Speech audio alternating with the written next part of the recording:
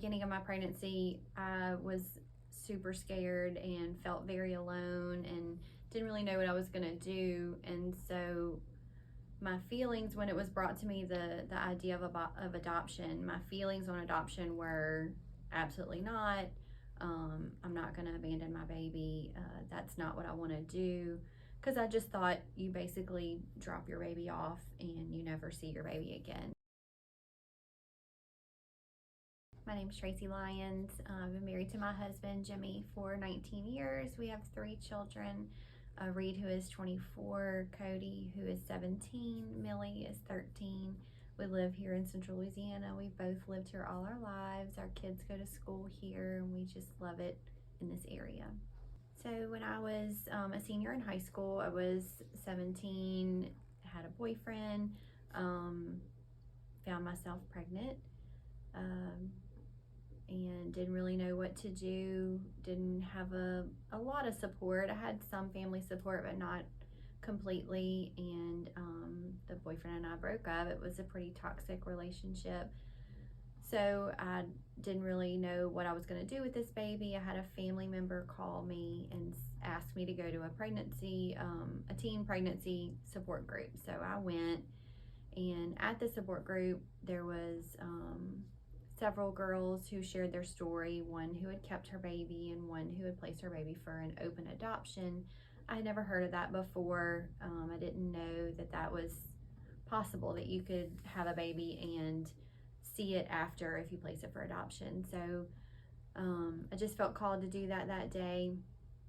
So I got more information about it, talked to a counselor regularly, got hundreds of letters from prospective birth parents on what they wanted, and kind of developed a list of what I wanted in parents for my baby, and found the perfect family.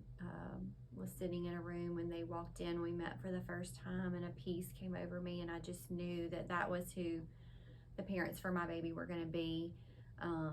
We had a very close bond right from the start. He was born on December 22nd, 1998, and 6 days later, on December 28th, I placed him in their arms at a placement ceremony that we had. We had visits about every couple of weeks whenever I really needed to. They were very open and good with me. If I needed to come visit, they would meet me somewhere and we'd go visit. For years we did that. Until I moved back home and got married and started having my own family, and I would see them pretty regularly, but not all the time. His mother and I became very close, and she actually passed away several years ago, and after she passed away, he then became curious as to who his birth family was, and so he asked his dad who his birth family was, and his dad said, well, you know your birth mom, do you know who it could be? And he actually guessed that it was me, and we reconnected, and he comes here all the time and visits, and is very close with my son, who is 17, and they have a very close relationship and talk all the time. So it's just kind of been a whirlwind of where God's brought my story and brought that scary beginning into this joyful story that we have now.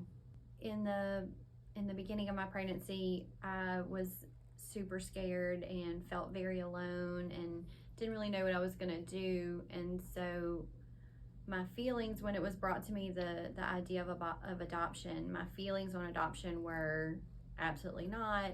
I'm not going to abandon my baby. That's not what I want to do.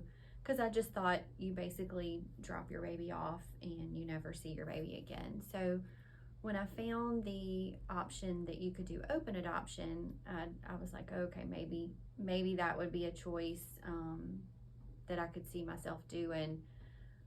It was still very scary, and driving away from the hospital after I had him without him was probably the hardest day of my life. But the goodness that's come from placing him for adoption and staying in his life and being able to see him grow into this wonderful young man has just been worth it. All the heartache and the sadness, it's brought us to a good place. And he grew up in a very loving family, had two parents who loved him very much, and that's all I wanted for him, was to have two parents who loved each other and loved him and could give him everything he needed. So open adoption, there's varying degrees of open adoption from what I found when I read the birth mother letters that adoptive parents write. They kind of outline what they want, if they want to send just pictures, or if they want to have yearly visits or monthly visits. So there's varying degrees of it. It doesn't all look the same, and I actually don't know anyone that has such an open adoption as we have. But I wanted someone who would accept more visits than once a year, and would do more than just pictures. Now, some people may want just that, but I wanted more than that. And this couple actually wrote on their paper that they only wanted to do pictures and maybe a visit once a year or so. But I just felt called to meet them anyway, and all of that went out the window. As soon as we met, we knew that that was not going to be the limit of it, was that we were going to see each other more than just once a year. So I would tell anyone considering adoption to really pray about it, and really think about whether that is good for you and your family. It's not easy, for sure. There's a lot of heartache involved in it, but it's a great option if you don't have a supportive, loving family and you want that for your baby. There's so many adoptive parents who want a child and want to love a child, and giving your child that ability to grow up in a two-parent home, in a loving home, is definitely something to consider. So I became involved with the pregnancy center when it first opened. The first director and I were very close friends, and she knew my story and knew that I wanted to be involved. And a place like the pregnancy center is more than just a building. It would have provided so much support and love that I needed at that time. So it's important to me for a place like this to be available to people in a crisis pregnancy who don't know where to turn, and who don't maybe have options to come and feel the love and support that they need at that time.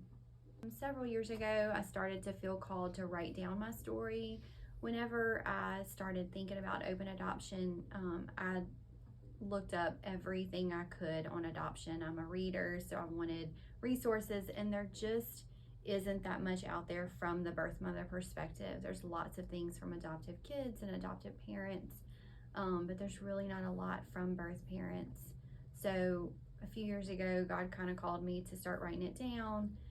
And so I've written a book about my story, and it just kind of goes in depth into all the emotions and everything that occurred, and the beautiful way that God has brought my story full circle and blessed my family. And so